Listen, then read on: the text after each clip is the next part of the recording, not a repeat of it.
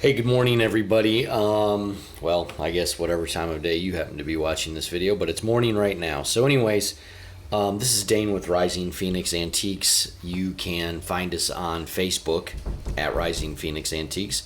You can also find us on eBay using the member ID Rising Phoenix on the net, and that's all one word. So anyways, today we are looking at a vintage Fleet Line Johnson Super Seahorse 50 horsepower toy outboard motor.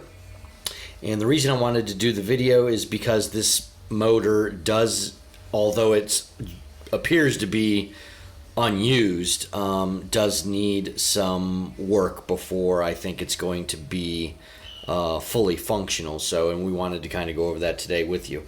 When we had a couple of 1.5 volt batteries, so we tried hooking those up, and we got a little result where it would try to spin and then stop and then again and so on and so forth, but nothing conclusive. So we took the cover off. It basically looks brand new in there. We did some lubrication as best we could, and then tried it again, same result. The one thing I did want to show you is that when you spin the prop, and I realize that this is backwards, but it's if you spin it the other way, then the prop tends to want to spin off the bolt. But I'm going to be quiet if you listen very carefully.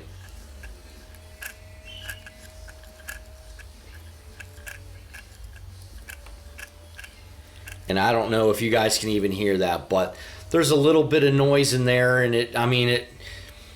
there's some tension on that, and I don't know if that's normal or not. I know there's basically a spring shaft that goes from the bottom of the motor, down to the propeller, and although we've tried to lubricate down that shaft, I'm sure that this motor's been sitting for decades and probably needs to be completely torn apart, cleaned, and then re-lubricated and put back together.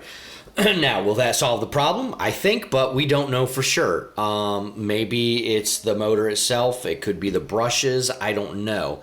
It does, on several occasions, after the cover was off and we hooked the leads up to the batteries,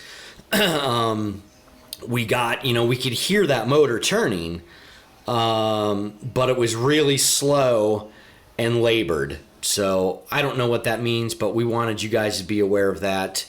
The motor itself, it's got a few nicks here and there in the paint, but it really doesn't look like it was ever put on a model and run through the water much, if at all. The cover's really nice, and we haven't done anything to clean it up yet, but we're going to do that, obviously. There is a little bit of decal loss on the side right there, as you can see, but the nice part is we have the original box right here that this came in. The box is super minty, and then we have all of the original paperwork, including and this is the paperwork for the motor and for where to put the batteries and stuff in the boat. And then, as you can see, there's some labels that I assume would have come with the boat to do that. So anyways, super minty condition, all the paperwork, all the box, everything, but as far as being functional, this definitely needs some work. Even the contacts here probably need to be cleaned, the whole 9 yards. So that's all we know about it. We can't tell you any more than that, other than it's a cool motor. It's a large toy motor, and it's just a cool piece of toy history. So as always, thanks for watching.